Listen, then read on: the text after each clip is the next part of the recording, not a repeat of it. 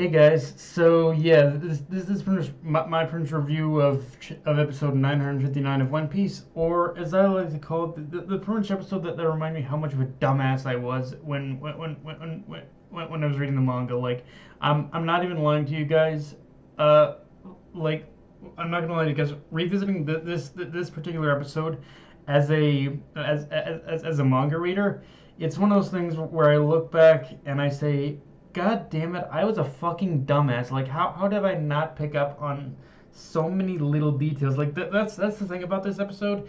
There's so many small and there's so many details, big and small, that pretty much just pretty much come together in this one episode to make me say, God damn it, how in hell did I pretty much not see the signs sooner on this thing? So, yeah, but okay, but anyway, so to start off, a good the good first chunk of this episode focused on a flashback, and more specifically one that shows us Odin's time on Roger's ship, and it's pretty much shown the it's shown the matter of urgency for him, and specifically the one thing that it's pretty much shown from Odin's point of view in this flashback is the matter of urgency in order to want to return to Wano, and for him to open the border. But the even bigger question as to why he wanted to do that at all, there's obviously the even bigger question of why he wanted to do that at all, because there had to have been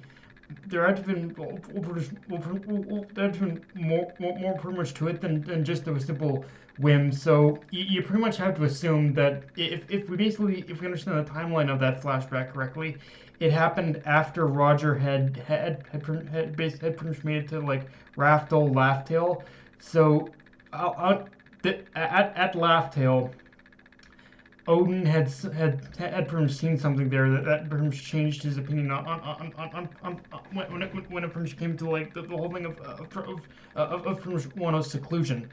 So it would also explain as to why the Akaze 9 and specifically Kinemon are so desperate in order to fulfill Odin's final wish, which I'm just gonna give a little bit of the ghost away here. This is one of those just getting the information we did on Odin's desire to Unknown's desire in order to open up the borders. This is one of those things where skipping any arc in One Piece is dangerous because as far as the answer to the answer to any of the questions in regards to in Odin's desire to open Wano, any question you might have surrounding that, it pretty much all lies within it all lies with it all the questions are pretty much directly tied into a very specific moment with Robin in the Fishman Island arc. But that's all I'm gonna say about it. Like, just know that it pretty much has to do with a very specific scene that involves Robin on Fishman Island. But and that's the only clue I'm gonna give. But yeah, it kind of comes. It's something that comes full circle in Wano here as well. Um, on a lighter note, though, getting away from the analytical stuff, this flashback was just pure wholesome fun, just from being able to see Roger, Rayleigh, and just the Roger Pirates as a whole, and how they interact as a crew. Because it shows us that it shows us no matter what era there will always be pirates who just want to live by pretty much the code of being carefree.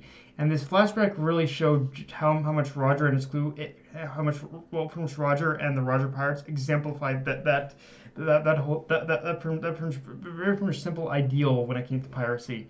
It was, and in general, that flashback, it was just nice to see what kind of pirate crew they were, after having so many people who knew Roger personally talk about talk about him in those good terms, but seeing it as something else entirely, and it just gave it just gave such a warm, good feeling. I think is the best way to describe it.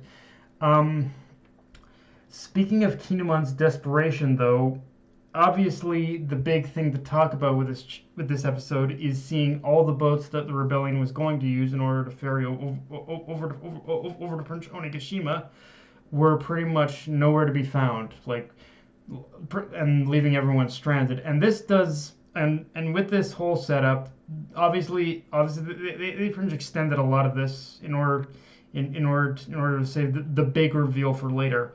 But this with the idea that just things went completely south in one single moment, this does a couple things. First, it confirms beyond the shadow of a doubt who the spy is, and if you've been paying attention to just the small details around Orochi's response to the rebellion, uh, you'll pretty much know. But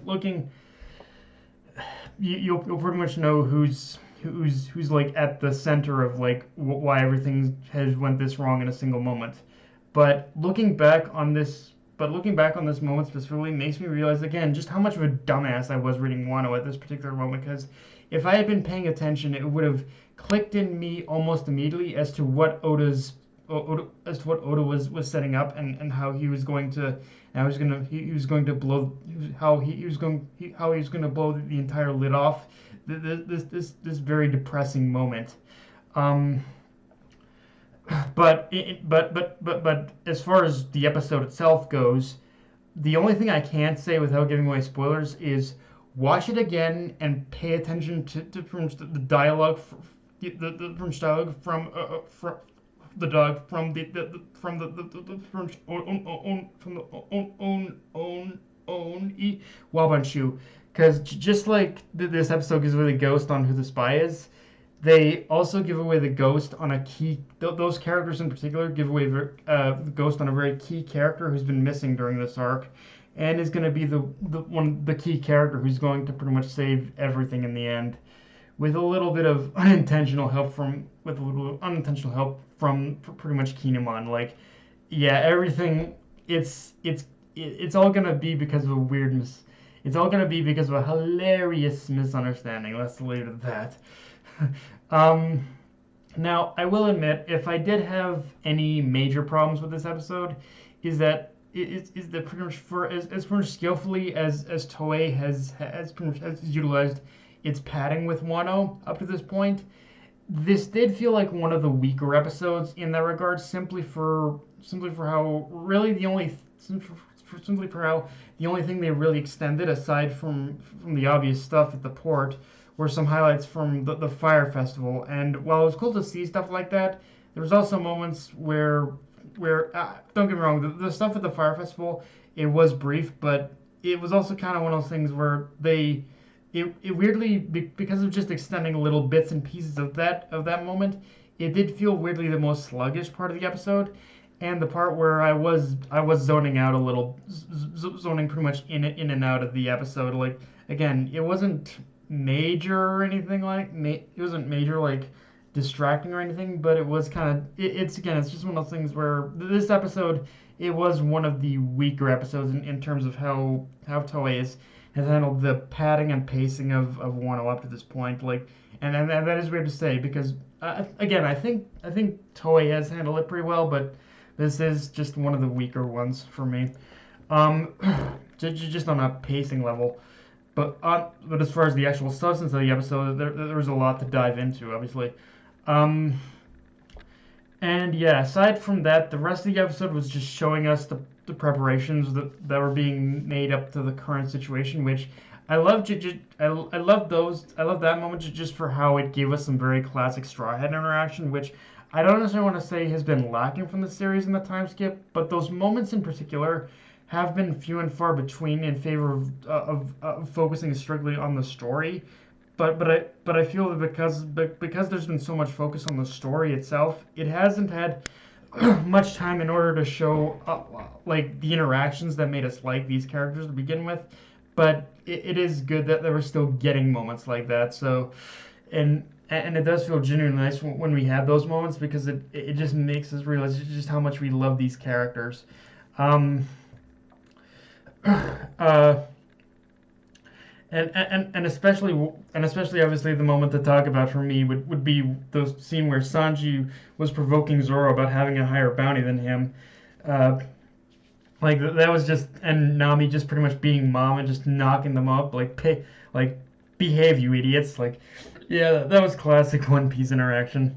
Aside from that though, there was some very, aside from just the fun Straw Hat interaction though, there was some very heavy foreshadowing of how things are going to play out from here. Who's like, especially like who's going to save the day, and especially who's more than likely going to be making a big return very soon. And like I said, as far as who's going to save the day, that was already like the very words of the Oni Wabanshu have kind of given away the ghost on that. But let's just say it's not just once.